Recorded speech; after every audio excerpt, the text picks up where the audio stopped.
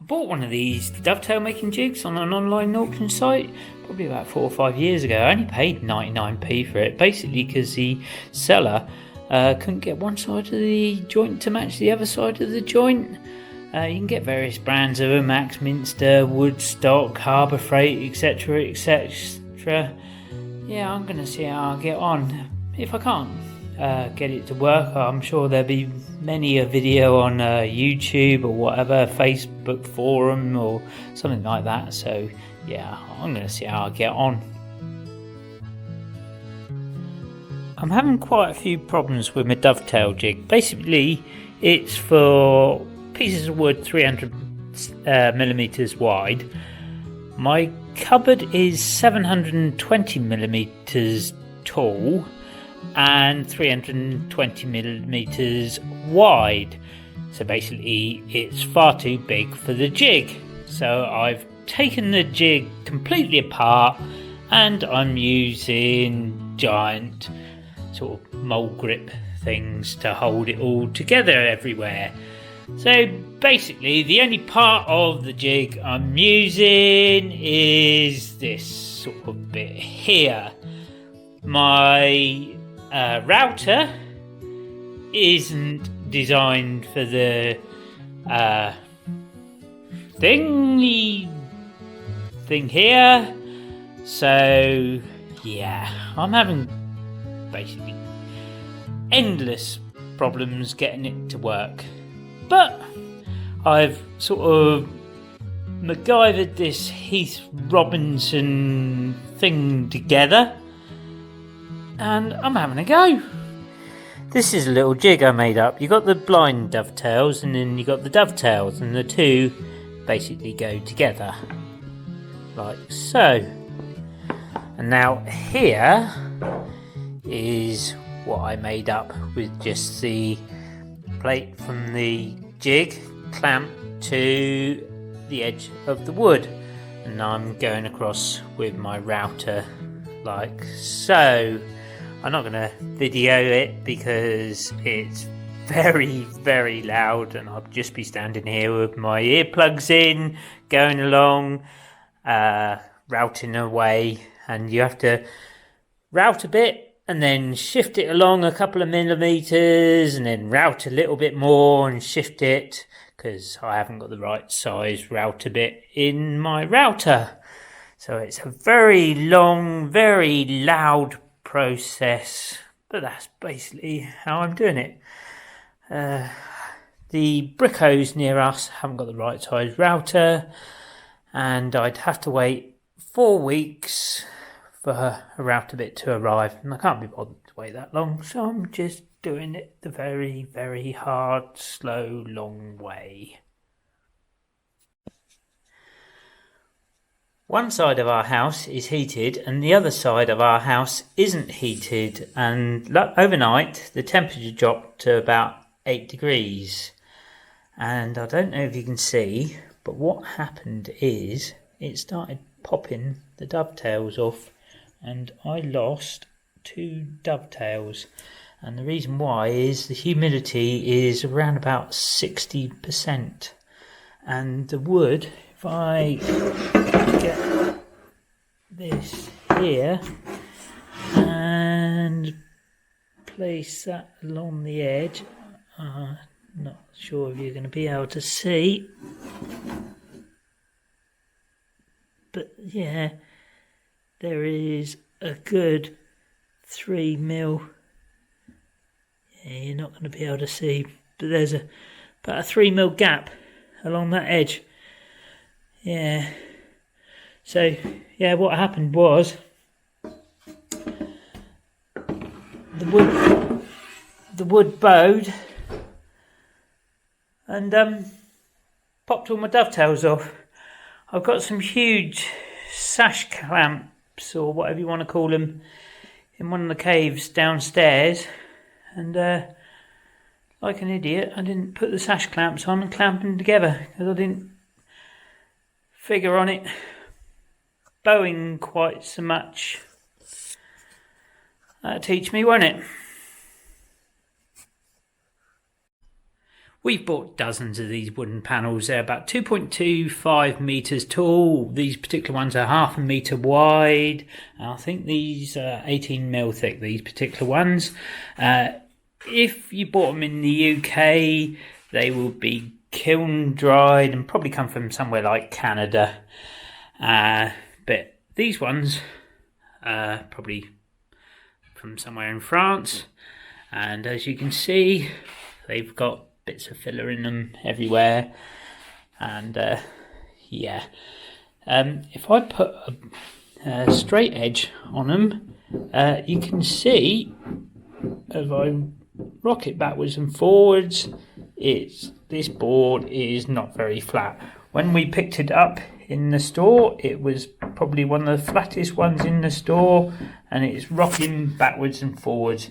There's probably about a good 3 or 4 millimeter bow in it now. We did store them flat, and I think you'd need to store them all flat with several breeze blocks on top of them to keep them all flat. But yeah, they bow really quick.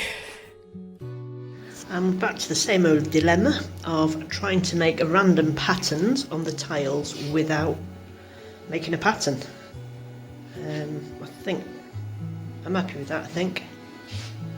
And then when those 3 are up on the wall there, I need to just do some more random patterns on this wall, 3 rows.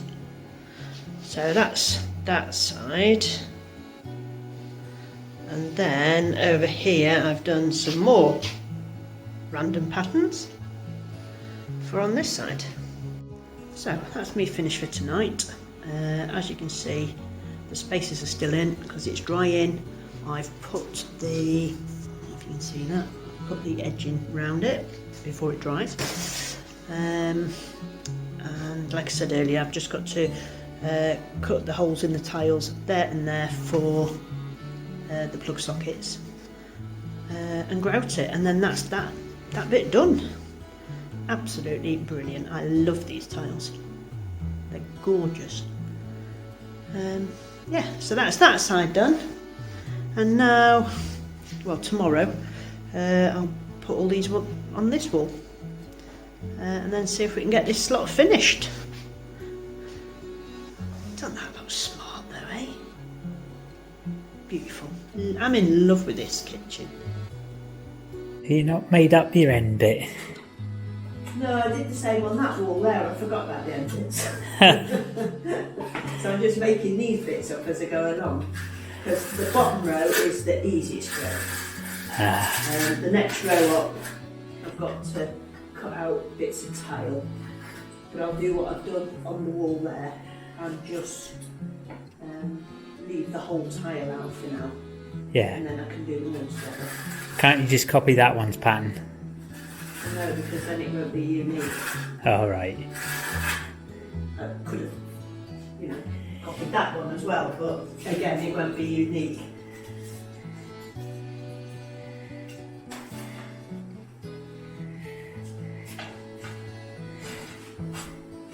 I'm putting a spacer on the bottom just to lift it off the unit. Yeah. Bit of silicone or whatever going there eventually. Yeah. And then that'll keep all that nice and waterproof as well. And then squish it into the wall, nice and hard. Put your spacer in there so they're all the same. Put your spacer in there. And there you go. I love these tiles. They're fantastic. They really are nice. Yeah. And then, a bit of measuring up to the end. That is 128 minus the spacer.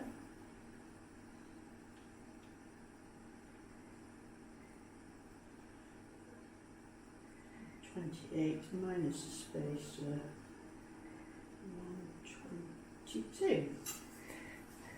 I've got any that side. Oh, I'm close, but no bananas.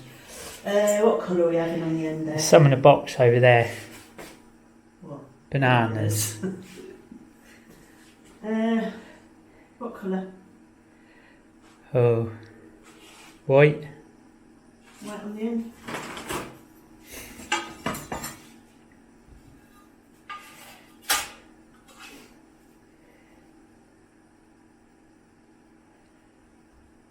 Going to be quite colourful, isn't it? It's going to be lovely. In a rustic sense. I'm in love with them. I really am. Yeah. Absolutely gorgeous. Bargain find every year. Yeah.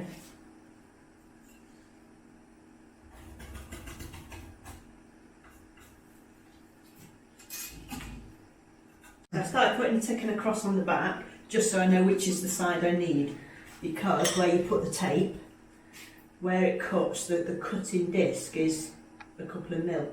So if I cut to this side, Yeah. that's your left, my right, whatever. If I cut this side, I've actually cut my tile. So, and I just tape it because it is ceramic, so it will splinter and take the glaze off the tile.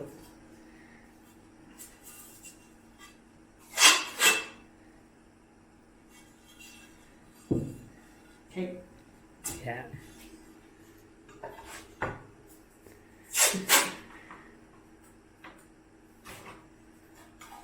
This is how far I've got with the cupboard. There's going to be 6 of these cupboards along this wall, and there's going to be 6 more slightly bigger cupboards along this wall, slightly wider. And the problem I had was this backboard, I don't know if it shows up on video, is bent. Basically, it warps sort of different direction depending on the humidity of the room. And when I finally found the sash clamps, I clamped it all together, and the tension on the sash clamps caused all these dovetails to pop off. And so I had to remake basically a new board and clamp it all together. So that was a complete disaster. Sash clamp idea, ce n'est pas bon. So I had to make a new board.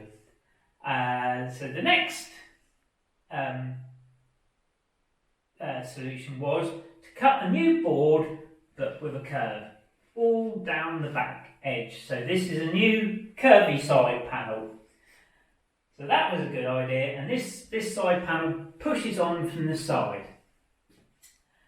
Now, the next problem we have is it's a 3D jigsaw puzzle, but you don't want the last panel of the jigsaw puzzle to be crowbarred in under so much force, if that makes sense. It's very complicated, and say if this is the base board of the jigsaw puzzle, when you've got a big stack of plates on this baseboard, you don't want this baseboard, because they're all dovetail joints, to just drop off under the weight.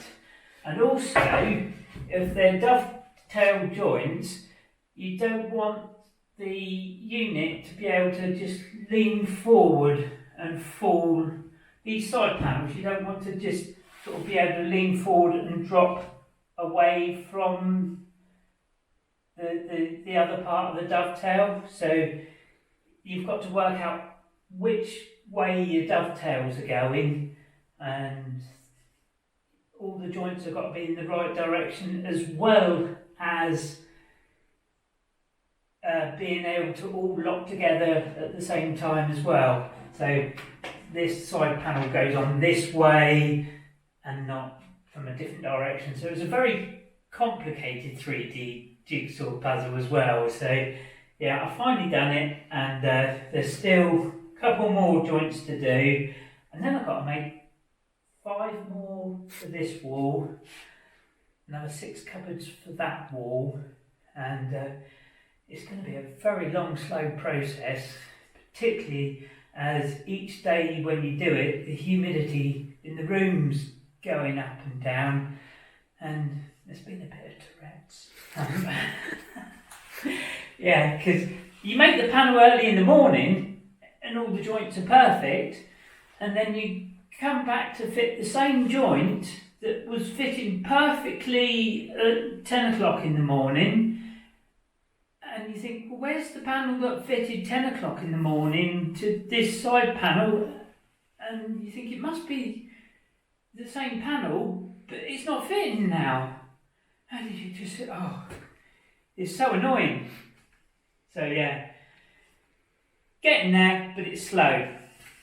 Yeah. Apart from cutting the tiles around the plug holes, which will be my next job, and then grouting, once Mark has finished doing the cupboards for the top here, the kitchen is going to be amazing. I am absolutely in love with these tiles. Can't wait for it to be finished. But while there's daylight outside and a little bit of heat, I am going to go out now and try and put a greenhouse together. So from me it's au revoir. Don't forget, like and subscribe, and we'll see you next time. Au revoir.